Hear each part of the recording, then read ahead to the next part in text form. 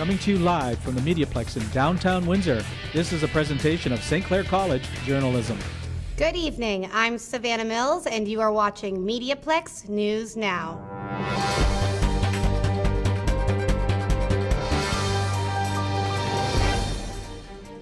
Let's welcome in our friends from Crime Stoppers and help solve our crime of the week.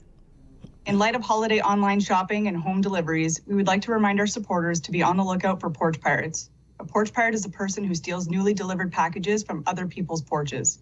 For Porch Pirates, stealing packages is a crime of opportunity, and while online ordering is on the rise, so is package theft.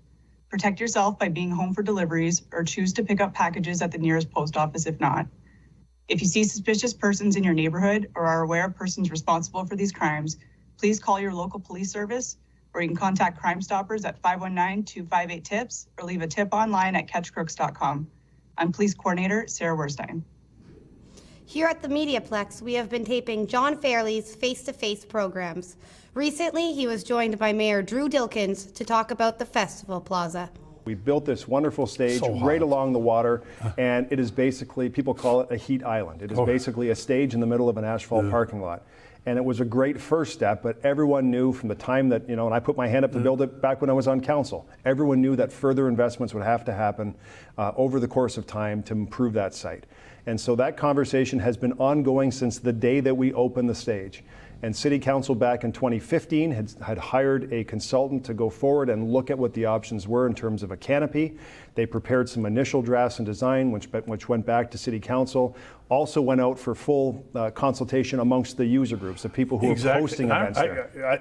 Was that under you or the last mayor? Me. Because they had everything for the people from the Blues Fest. Yep. Anyone who used the stage had a talk, because that's why even artists, I guess, talk about that stage. Even again, that's the way to do it. You have a buy-in. They said, "Boy, this is almost as great as Pine Knob's backstage, and the size of the stage, and how beautifully it looks out in the pictures, and from an artist's point of view." So in the same way, we got to have seating down there, because it costs anyone, especially fundraisers, to rent the chairs. Not that we don't want to encourage local rentals of certain things for that, but there was always a talk. Remember, Don Sadler would talk about, it'd be nice sometime to have some kind of like seats in the hill or something like that. So what are we looking at? Timeline, budgets, right? So look for budgets. So the proposal that has been presented is remarkable. Mm-hmm. It is an iconic piece that is around $30 million, and that is for the groundwork, for the shell, for the engineering, the design. There's also infrastructure inside in terms of food service and beverage service inside the facility as well. And it's going to be a multi-function space. So you'll be able to still drive in for Whiff Under the Stars. Oh, wow. You'll still be able to see concerts. The benefit of an organization like Blues Fest or any other promoter is that when you sign on the dotted line with your act, you can guarantee we're going to host the show unless there's a tornado coming. Exactly. Now let's head over to Zachary Balog, where he is standing by with an early look at the weather. Thank you, Savannah. It is great to be with you all this evening. Currently in the Rose City, it is 2 degrees Celsius and overcast. So are we in for some rain, some snow, or both? I'll tell you in your 3-day forecast coming up. Savannah? This is an Olympics year, right? Well, it's the Olympics of Thumbs at St. Clair College Esports program. Ken Pastushin has the story. Have you ever wondered what esports is all about at St. Clair College? Here are 3 students from the college's esports program to tell you more about it. The esports program here is, it's the first of its kind in Canada. We have people that come and play for our team from all over North America. St. Clair's Esports and Entrepreneurship program began in 2019. It's a 2-year diploma course run by the Zeckelman School of Business. Students are introduced to business courses such as accounting, law, marketing, and sports management. On campus, the St. Clair Esports Club and Saints Gaming work with the Griff Institute to promote the program. So we're basically trying to make the public aware of what exactly esports is and the careers that are within it. On the varsity level, Saints Gaming has 6 members in each of the Call of Duty, Fortnite, League of Legends, Rainbow Six Siege, Rocket League, and Valorant teams. Careers in esports may include playing on professional teams, coaching, behind-the-scenes broadcasting, and event planning. One of the projects this semester for some students was a couple of Q&A webcast events with a broadcaster and someone who runs a university esports program. It's really cool being able to interview such important people in the industry and getting a feel for what we could be a part of later on in life. Behind me is Sinclair College's brand new 15,000 square foot esports facility. I am told there will be 64 brand new gaming PCs, as well as a massive stage and screen built for competitive gaming. This esports hub is scheduled to be completed in January of 2022. For the MediaPlex News Now, I'm Ken Pastushin. Even fun and games can be nasty business. Colin Bannon has the story on Pokemon scalpers. Pokemon has caught itself a controversy for its trading card game. The Pokemon trading card game is a popular game where people battle each other with the strongest cards they can find or collect them if they prefer. The Japanese media franchise saw a huge deal of success in these cards. The Pokemon trading card game first began back in 1998, and since then has been a smash hit and served in Pokemon's rise to fame. However, these cards have come with issues over the years. Pokemon cards are so valuable that stores and franchises are limiting the amount of packs given to a customer due to the aspect of scalping, which is the act of buying to resell for a higher profit. Pokemon cards began being put behind counters to avoid theft or kept on higher shelves. It is the Pokemon franchise's 25th anniversary, and the cards and packs have become more popular than ever. Pokemon is the most highest grossing media franchise in history, with over $100 billion in revenue. Rogue's Comic Gallery in Windsor have no plans to sell Pokemon cards anytime soon despite their popularity, but that does not mean that the franchise is not loved at the store. No cards of any kind. It's the one of the very few rules Rogue's Gallery Comics has. The Pokemon trading card game saw a rise in popularity over the pandemic due to many people staying home looking for enjoyment.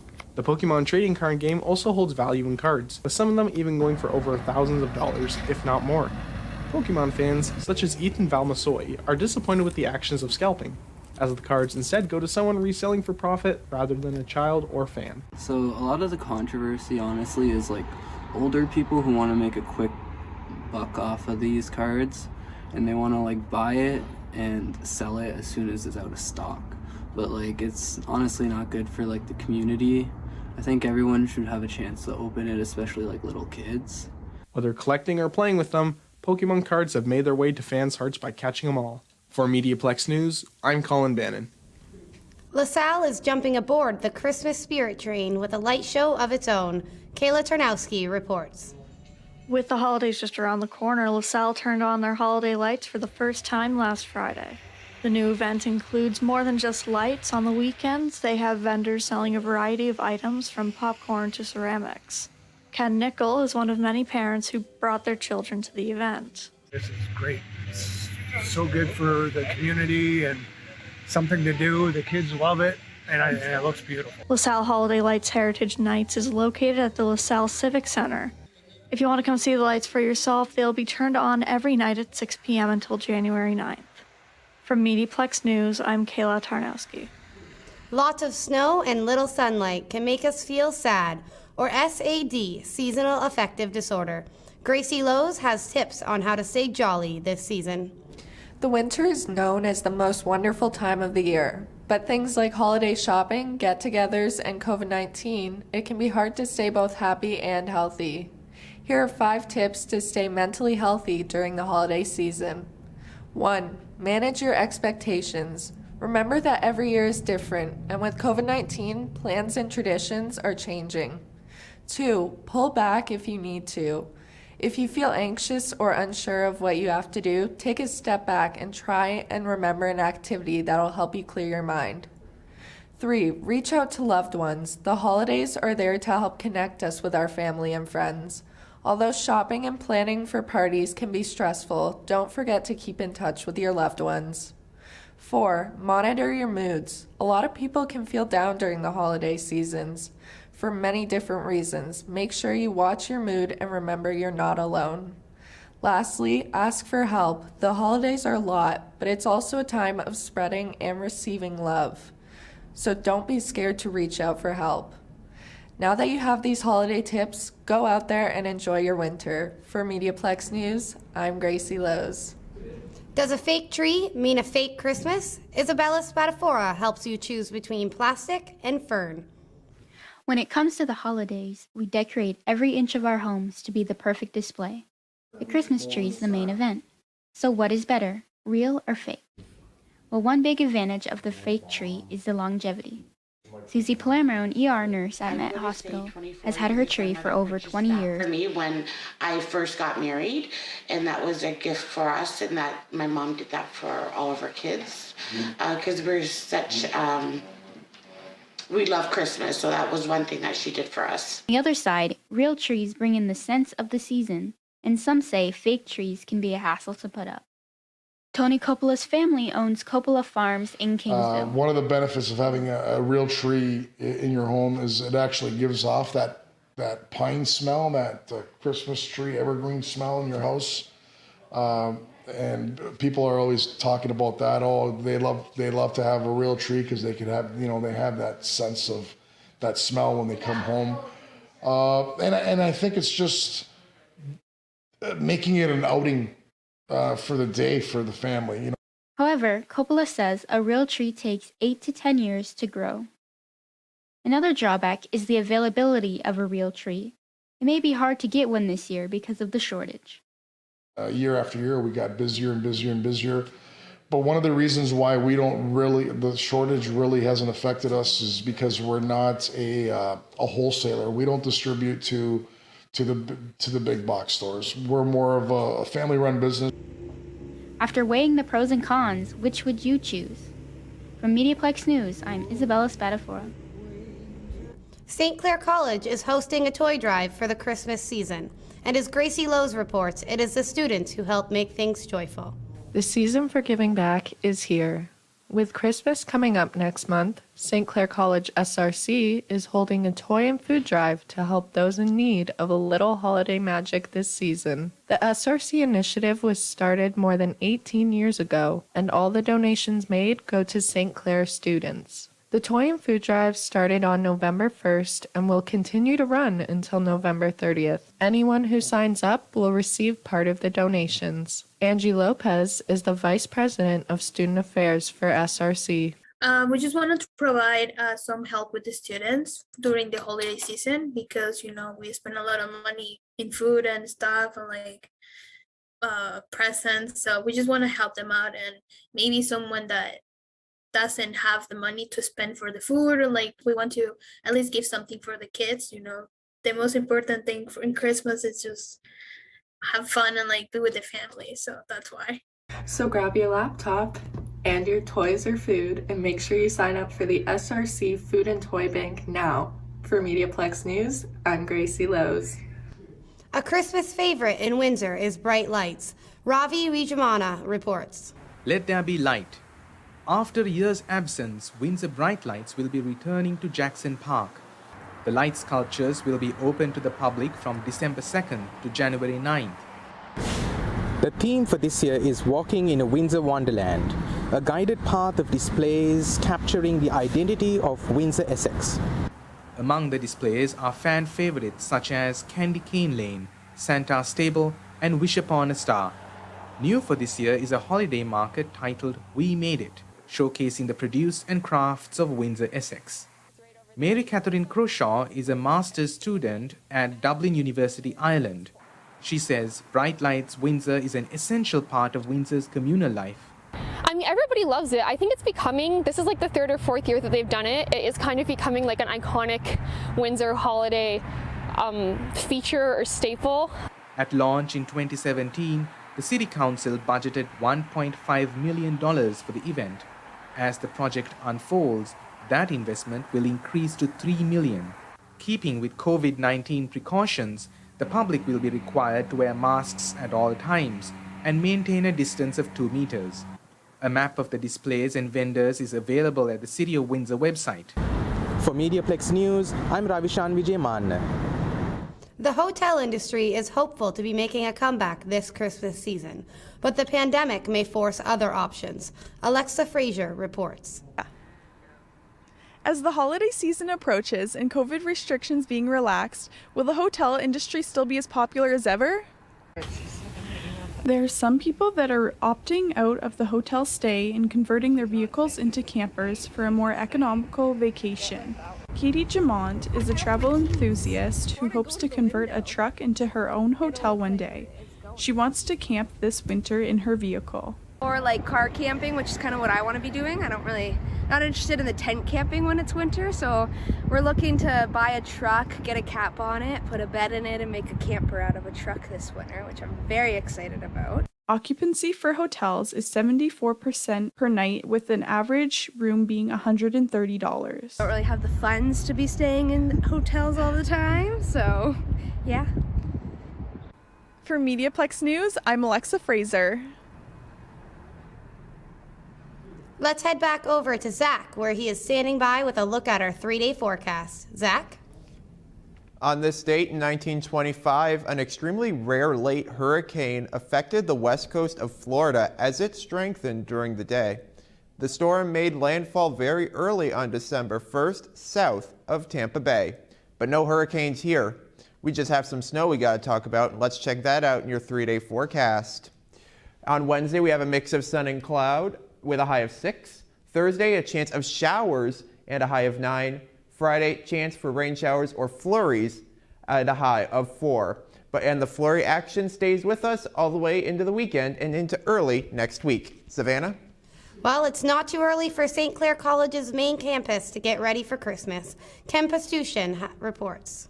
It's beginning to look a little bit like Christmas at the St. Clair College South Campus and the Center for the Arts. There are already a few presents under the Christmas tree in the main lobby, but someone forgot to plug in the lights. The lights are well lit on the Christmas tree in front of the Student Representative Council offices.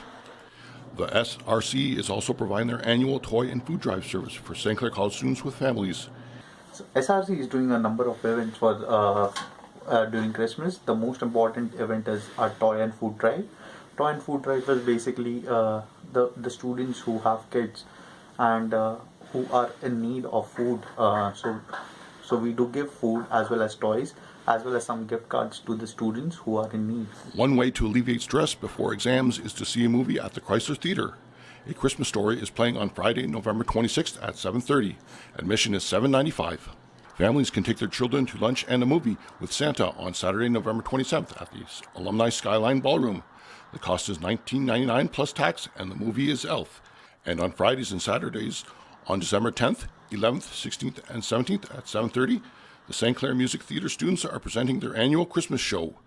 Adult admission is $20, while students pay only $10. The final show is on Sunday, December 18th at 2 o'clock. For the MediaPlex News Now, I'm Ken Pastushin. Kevin Mcshan tends to brighten the lives of everyone he meets. Kyle Simpkins tells us more. A record-setting individual performance by Kelvin Johnson leaves the Lions with a mark of 5. This is the voice of an aspiring journalist and sports talk radio host. So humbled and honored for you to join us today. So what's the big deal about an aspiring radio personality? What's the big deal about a 24-year-old graduate of a journalism program? This is Kevin Mcshan. He is the big deal. I was born with what's called spastic quadriplegic cerebral palsy, which means that I was not given enough oxygen at birth in order to walk normally. I look at my disability as a challenge to overcome, and part of just sort of my agenda. That agenda? Journalism. And every day, Kevin strives to become the best journalist he can. You know, journalism is something that I've always wanted to do. I tell people that journalism is sort of like my lifeblood, sort of like oxygen to me. Kevin isn't just thinking of becoming a journalist, he is a journalist. As you can tell from his various YouTube videos and his assignment reports for local cable stations, journalism is his life. His drive and professionalism stems from his outlook on life, which is a little different than most. I'm able to look at life and this profession through a different set of lenses than everyone else. You go through a million different life experiences that prepare you for your profession and what you want to do for the rest of your life. Journalism is a profession that demands mobility. Being in a wheelchair, how does Kevin deal with this obstacle? Well, you learn how to keep a schedule. Transportation might not always be there for Kevin, but there is someone who is. I'm Gail Perriman, Kevin Mcshan's grandmother. Gail accompanies Kevin to any project he is undertaking. She's more than just his company. She's an extra pair of hands when he needs them. Wherever we go, I sit with him. I accompany him on the bus. If he needs help, he'll call me and say, Granny, nobody be home. Can you come out to help me? And sometimes I just go there and sit and just wait till he finishes. It was at an early age when Gail figured out that Kevin was made for the spotlight.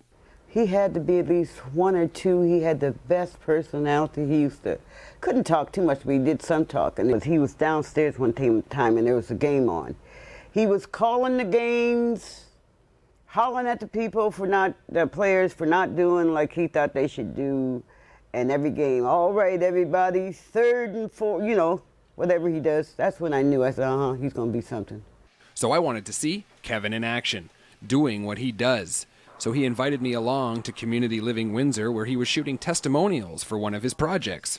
Before he got there, I snuck in and I wanted to get a little insight on what people there thought of Kevin. Getting to know Kevin, you don't really notice any sort of disability at all.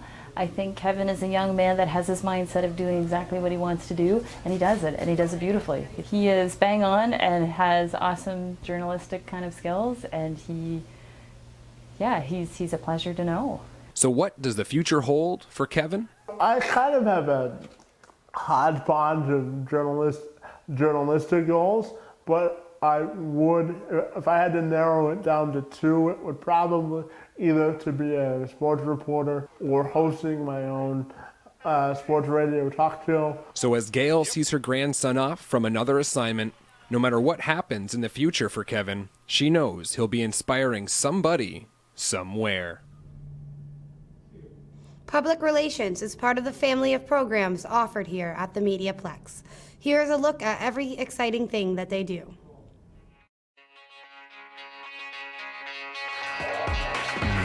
So public relations is like being a bridge between an organization and their public. As this public relations expert, you are a liaison, so you have to connect the brand or the business or the company with their public in such a way that the public responds to them in a positive manner. So the advantages of taking public relations at St. Clair College is that we have access to the MediaPlex. Now the MediaPlex offers us a converged education. It's one of 3 in the world and the only one in Canada. What that means is that we're taught in film, broadcast, radio, there's graphic design, we do event planning, we write all sorts of press releases, we work in tandem with the journalism club. So at the end of everything, you can communicate any professional message across any medium. So what do you think about public relations? Sandwich is a town with a rich history. Here is Zachary Balog with his segment of Did You Know? Lights, camera, action. Mackenzie Hall is where young actors perform a wide variety of shows. But do you know the history behind this old theater? I'll tell you in this edition of Did You Know?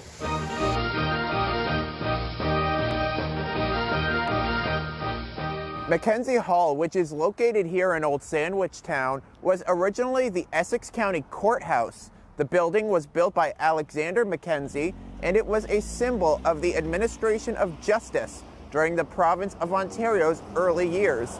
When Detroit gained independence from British rule in 1796, the British authority moved across the river, and Sandwich became the legislative seat of government of the Western District of Upper Canada. According to the city of Windsor, Peter Bayak, the last man to be hung and buried within the grounds of the jail, was disinterred and reburied at Heavenly Rest Cemetery in 1981. The more you know. For MediaPlex News, I'm Zachary Balog. And finally tonight, here is a look at the MediaPlex from people who study and work here. Journalism enables people to be well informed. It's documenting history. It's an extraordinary way for people to be connected with their community. What happens in the world affects us. What happens in our community affects us. What happens in the province affects us. And we get to be the eyes and ears and tell the stories. There are many stories that need to be told, and those things add value to our life. It's neat to know that so many people are relying on me. It makes you strive for perfection or makes you strive for accuracy. The journalism program here at Sinclair College is a convergence journalism program. Convergence means the merging together of print, radio, and television, and the web, and putting all different stories into 3 or 4 different platforms. I can go out now and I can understand how to write a print. I know how to do social media. I can shoot a video. So you start to trust yourself and to use your journalistic skills. In 21st century newsrooms, journalists have to be able to do it all. We ask every one of our reporters to tell stories in multiple ways. There's a different style of writing for print than there is for radio, than there is for television. And it's really important that the information gets out that is true to those platforms. We are one of the few, if not the only, program that is actually taking students to a live broadcast and giving them that opportunity and that experience. I want to be a journalist because I think I like to listen other stories. 午间好，这里是媒体综合新闻节目，我是谭一丹，欢迎收 I 看 find。that the students that come out of St. Clair College are already at or above where some of our broadcast employees have been over the last several years. I feel that I made the greatest decision I could by choosing this program because I have learned so much and I think that I can only grow from here. I would hands down recommend the program to someone considering it. I would recommend it to someone that's not even considering it.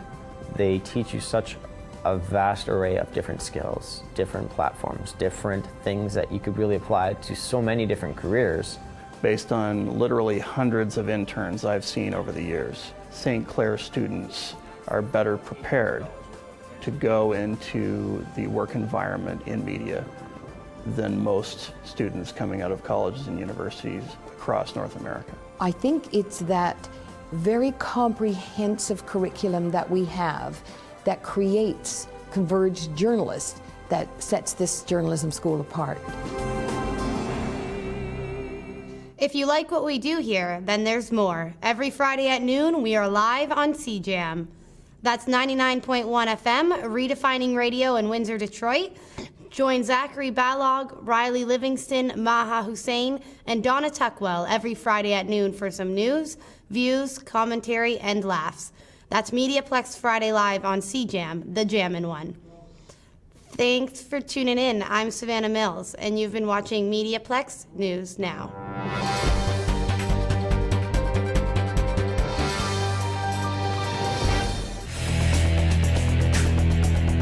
MediaPlex News Now is a production of the St. Clair College Journalism Program.